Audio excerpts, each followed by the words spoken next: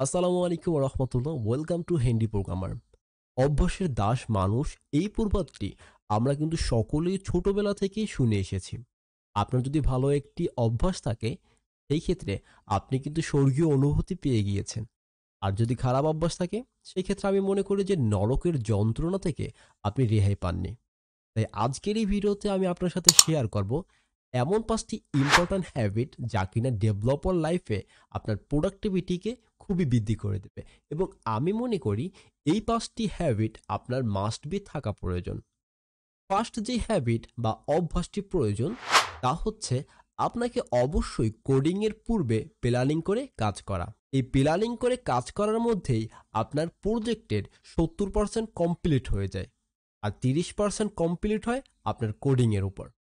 So আপনি যত সহজ সরল এবং স্বাভাবিকভাবে সুচিত্রে যদি আপনি প্ল্যানিং করতে পারেন, আপনি তত দ্রুত আপনি আপনার প্রজেক্ট শেষ করতে পারবেন। জোহনের একটি কথা রয়েছে বা একটি উক্তি রয়েছে, তা হচ্ছে first solve the problem then write the code.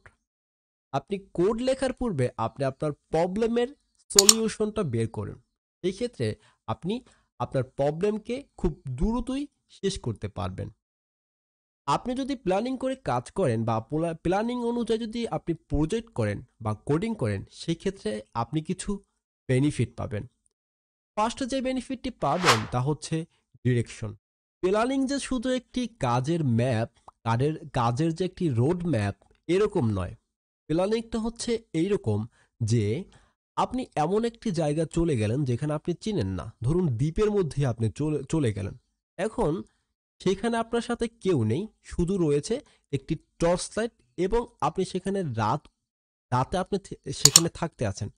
এখন আপনি চাচ্ছেন এই রাতের মধ্যে আপনি আপনার বাসায় বা আপনার গন্তব্যস্থলে চলে যাবেন। এখন কিভাবে যাবেন? আপনার যে টর্চ লাইট আছে, সেই টর্চ লাইট ব্যবহার করে আপনি কিন্তু আপনার গন্তব্যস্থলে চলে যেতে পারবেন একদম সহজে। আর প্ল্যানিং করে কাজ করাই হচ্ছে এই টর্চ লাইট হিসাবে আপনার জীবনকে ব্যবহার করা। কারণ আপনি জানেন কোন জায়গা থেকে কোন জায়গায় যেতে হবে, এবং আপনি জানেন প্রজেক্টের কোন সেকশন করার পরে কোন সেকশন করতে হবে। সো ফার্স্ট যেই অ্যাডভান্টেজ বা বেনিফিট পাবেন তা হচ্ছে ডিরেকশন। দ্বিতীয় যে অ্যাডভান্টেজ পাবেন তা হচ্ছে স্পিড। স্পিড বলতে আমরা যেই বিষয়টা বোঝাতে চাচ্ছি তা হচ্ছে আপনি আপনার কাজের দ্রুত শেষ করতে পারবেন, আপনার কাজটিকে খুব দ্রুত শেষ করতে পারবেন। যখন আপনি জানেন যে আপনার প্রজেক্টের কোন ফাংশনালিটির পরে কোন ফাংশনালিটি করা প্রয়োজন, সেই সব সম্পর্কে যখন আপনি জ্ঞান রাখতে পারবেন বা প্ল্যানিং করে, তখন কিন্তু আপনার কাজের দ্রুততা খুবই বৃদ্ধি পাবে। তারপর হচ্ছে কম্পিটিটিভ বা আপনার প্রতিযোগী থেকে আপনি খুব ফাস্টভাবে আপনি কাজ করতে পারবেন এবং তাদেরকে থেকে আপনি এক ধাপ এগিয়ে থাকবেন। তারপর হচ্ছে আপনি কনফিডেন্স, আপনি খুবই আত্মবিশ্বাসী হয়ে যাবেন যখন আপনি প্ল্যানিং অনুযায়ী কাজ করতে পারবেন।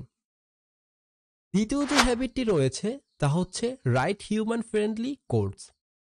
আমরা অনেক সময় আছে যে আমরা কিন্তু কোড যখন লিখি তখন কিন্তু আমরা নিজেরা বুঝতে পারি, আবার অনেক সময় আমরা নিজেরাও বুঝতে পারি না এই ফাংশনটি এই কারণে লিখতে আছি।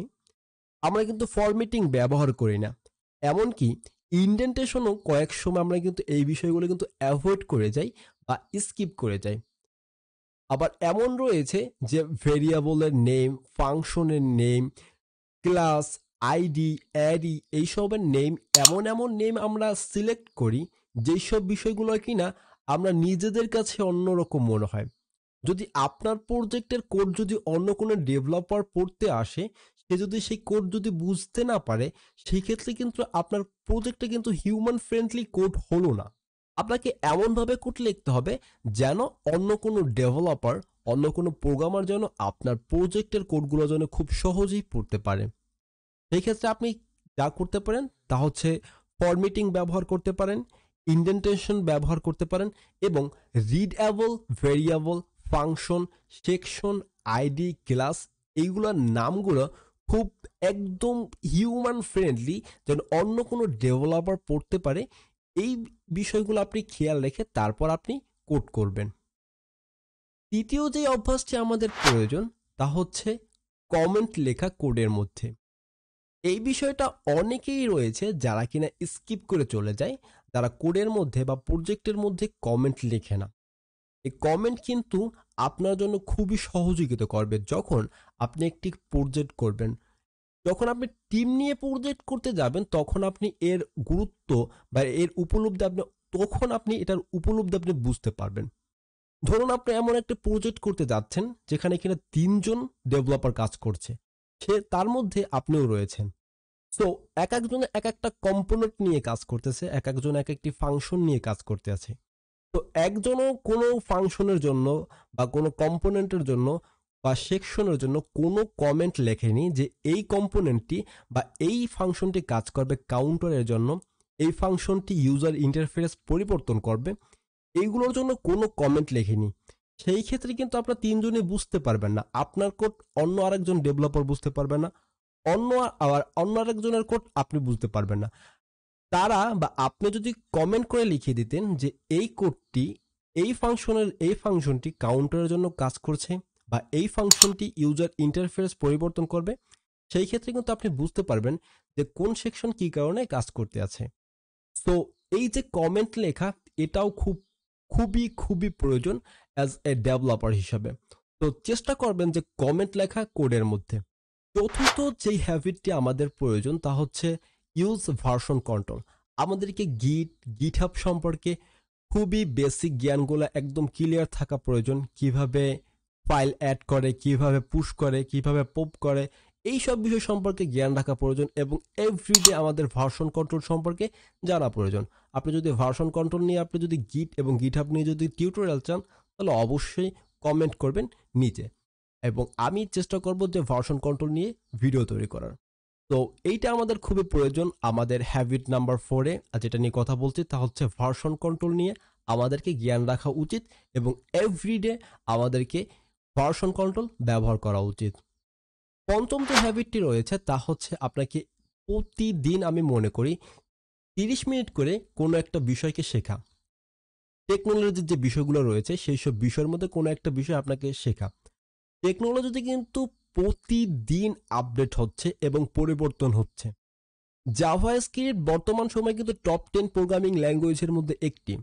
একটা সময় কিন্তু জাভাস্ক্রিপ্টে কিন্তু টয় ল্যাঙ্গুয়েজ হিসাবে কিন্তু বলা হতো। আর এখন বর্তমানে যে ওয়েবসাইট রয়েছে পৃথিবীর মধ্যে তার মধ্যে 97% ব্যবহার করা হয় জাভাস্ক্রিপ্ট। হয়তোবা আর কয়েক বছর পর হয়তোবা জাভাস্ক্রিপ্টকেও আমরা ব্যবহার না করে অন্য কোনো একটা প্রোগ্রামিং ল্যাঙ্গুয়েজ ব্যবহার করতে পারি। এরকম জাভাস্ক্রিপ্টের জায়গায় সেই প্রোগ্রামিং ল্যাঙ্গুয়েজটি চলে আসতে পারে। সেই ক্ষেত্রে আপনি যদি প্রতিদিন যদি আপডেট থাকেন যে টেকনোলজি কোন দিক থেকে কোন দিকে যাচ্ছে, কোন প্রোগ্রামিং ল্যাঙ্গুয়েজ আমাদের শেখা উচিত, সেই ক্ষেত্রে আপনি এই অ্যাডভান্টেজটি আপনি পেয়ে যাবেন। আর এভরিডে চেষ্টা করুন যে 30 মিনিট করে কমপক্ষে 30 মিনিট করে টেকনোলজি সম্পর্কে বা প্রোগ্রামিং সম্পর্কে আপনার জানার এবং নতুন প্রোগ্রামিং ল্যাঙ্গুয়েজ, ফ্রেমওয়ার্ক, লাইব্রেরি শেখার চেষ্টা করুন। সেই ক্ষেত্রে আপনি আপনার কলিগ, আপনি আপনার বন্ধু-বান্ধবের থেকে 1 গুণ বেশি আপনি এগিয়ে থাকবেন এবং স্যালারির মানটাও আস্তে ইনক্রিজ হওয়া থাকবে। সো আজকে এই পর্যন্তই, দেখা হচ্ছে পরবর্তী ভিডিওতে। Thank you, don't worry, programming is fun আর মাস্ট বি চ্যানেলটি সাবস্ক্রাইব করে বেল আইকনটি ক্লিক করে রাখুন।